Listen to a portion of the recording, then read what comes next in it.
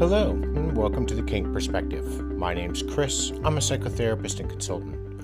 On today's episode, I'm going to be focusing on men.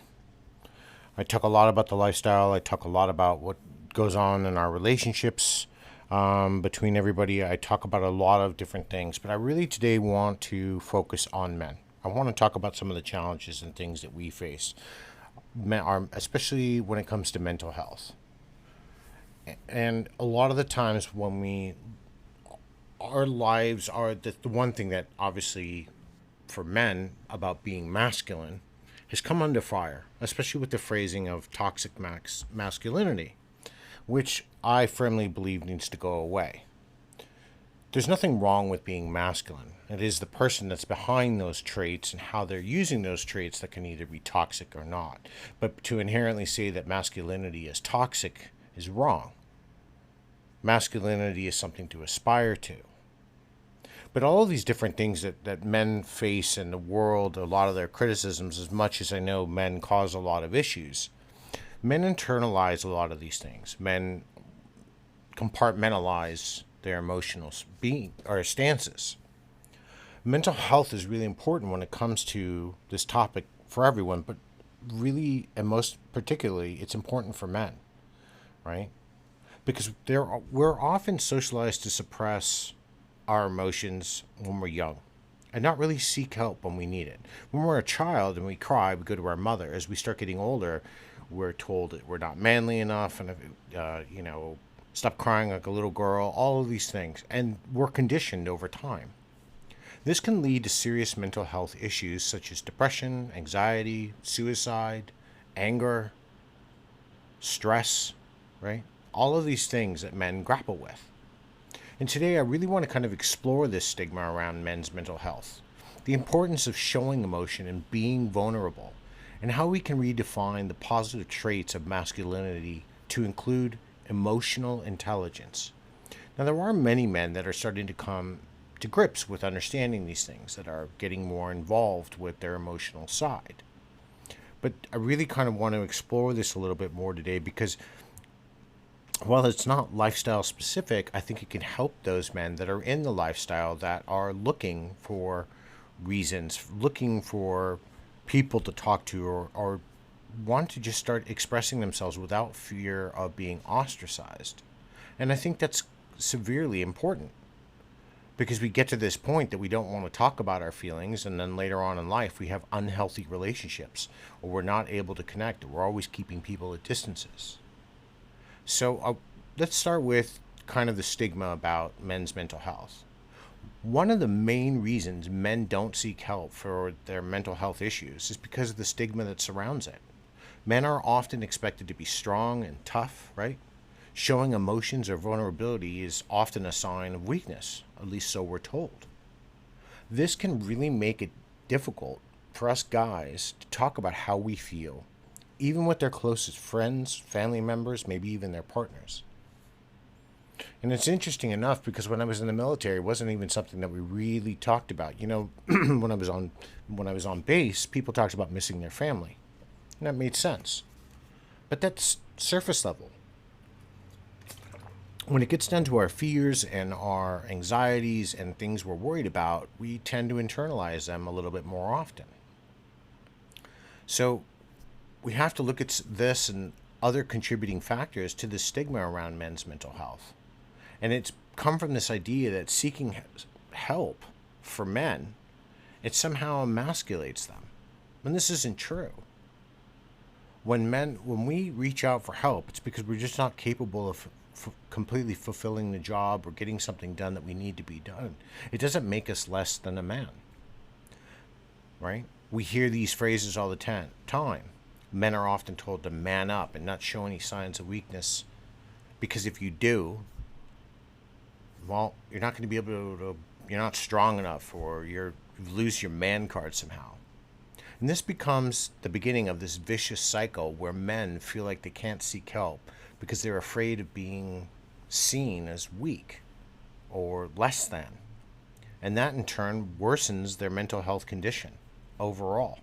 We see regressions, we see fits of anger, we see alcoholism or substance abuse on the rise. multiple marriages or relationship issues, right? Even violence inside of relationships. I mean, I'm not just pulling these things out of thin air. I mean, this has been going on for as long as we've been recording psychological health, right? So we need to understand the next part of this is the importance of showing these emotions, guys, and being vulnerable. It's important for us men to understand that showing emotion and being vulnerable, it's not a sign of weakness, but it's a sign of strength. Because we're talking about an area we want to improve. So bottling up or compartmentalizing these emotions can lead to some serious emotional distress later on and create things like depression, anxiety, massive depressive disorder, right? Conversely, being able to express our emotions and talk about our feelings can actually be a sign of your emotional intelligence and growth. You're more comfortable in your own skin. You're more comfortable talking about the things that upsets you. Maybe you have a partner who at times belittles you and you say something instead of constantly taking it. Being vulnerable can also help build stronger relationships with your family, your friends, especially our partners. When we're able to open up and share our thoughts and feelings with others, it can really deepen our connections and build that trust. This can be particularly important for men who are often socialized to be independent or self-reliant. But if you're constantly independent, how are you going to fare when you're getting into a relationship? Why would you want a relationship? That becomes this duality that we face internally where we want to be with somebody, but we want to be alone. Well, if you take a partner on, you're not completely destroying your self identity or your self independence, but you're sharing that with somebody. You have to be willing to open up that part of your life with somebody, right? We can't just sit there and say, okay, well, cool, you're in my life now, you're my sub, or you're my girlfriend or my boyfriend, whatever. You're now here as a matter of convenience. No one's going to stick around for that. And a lot of these issues tend to start at childhood.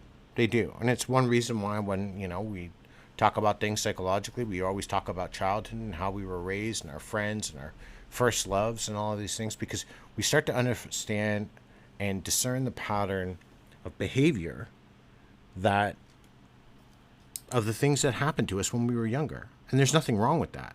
We've all had those issues. We've all had those people in our lives that were really memorable or taught us about love or took our virginity and never heard from them again. All of these things we internalize as men. I remember my first girlfriend and the impact she had on me throughout my life. I know now where I'm at with my current partner that we do have our moments when we're doing our check-ins. They're emotional check-ins. And it's not just for her to relay how she's feeling.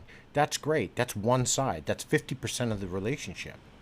In turn, she needs to hear how I'm feeling, how I'm thinking, how I'm responding, how tired I am, how excited I am, if I'm unwell, if I'm stressed at work, because all of these things can later on impact when we are scening together, right?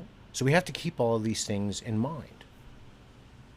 And this is where this comes into this whole area of redefining these positive traits of masculinity. This traditional idea of masculinity is often associated with traits like strength, toughness, chivalry, and stoicism. However, these traits can be harmful when they're taken to the extreme, right? A girl wants us to stand up and protect her and fight for her, but not fight every guy that's looking at her, right? There's nothing masculine about that. That's just arrogance, and that is you feeling insecure in your relationship. In order to promote our mental health and our well-being, we need to redefine these positive traits of masculinity to also include something so fundamental to us: emotional intelligence and vulnerability. They don't make us weak. They strengthen us. because now we've let somebody in our lives and we're letting them inside of ours. I often argue that men's emotional walls are far greater than that of a woman. Why? Because at the point we gain their trust, they're going to be willing to talk to us about anything. And the more we show that we're willing to listen to them, the more they're going to open up. Conversely, men won't do the same. We'll hold those things in. Recently, I had a conversation with a veteran, and he was talking about he comes from a very long line of veterans, and his grandfather was in World War One, and his grandfather never spoke about the war when he came back, never talked about those things, and became a very hard man. Conversely, when he left, was quite soft, was a farmer prior, and then comes back, he's very hard and doesn't want to talk about anything. He's still there for the family, but he's disconnected. How do we bridge that gap? How do we bridge that wall? Right? Because the horrors and atrocities of war are not something we want to share with somebody else. But they can't also, that burden can't be carried. We can't carry the weight of the dead on our shoulders for the rest of our lives because we just feel that guilt. We have to learn to work that process of vulnerability and learn about forgiveness internally. Right? And that's part of the scope and the thing that I teach when I do my men's group, for example. We have to look at the positive traits of masculinity in a way that we can refine them by looking at positive role models who embody these traits. For example, men who are able to express their emotions in a healthy way, who seek help if they need it, and prioritize their mental health and well-being. These men can serve as positive examples for others. And I have a lot of people that surround me that, a lot of guy friends that are around me that exemplify this. And then I can talk to them if I'm, can't talk to my partner about what's going on in my life. When I have to talk to somebody about my military experience, or other vets talk to me about their military experience, first, most of the time, I know, again, it's kind of an extreme example, but the reality is there's no one else that's going to be able to relate, and they need someone to talk to, right? And then through that segue, working on promoting these positive traits of masculinity was by creating an area and a space where men can come together and talk openly about their feelings and experiences. No judgments, no fears, no repercussions, no negative responses. Just a place that can talk about how they feel. And we can do these things not just in groups like mine, but in other groups and other support groups. Therapy is a great place to start exploring these things. Or even just conversations with your friends or your family members. Because they are going to sit and listen. They are going to want to be there for you. They're not going to judge you because you want to talk. However, if you come from a family that's highly judgmental or emotionally broken, you may need to seek a resource that's different from that.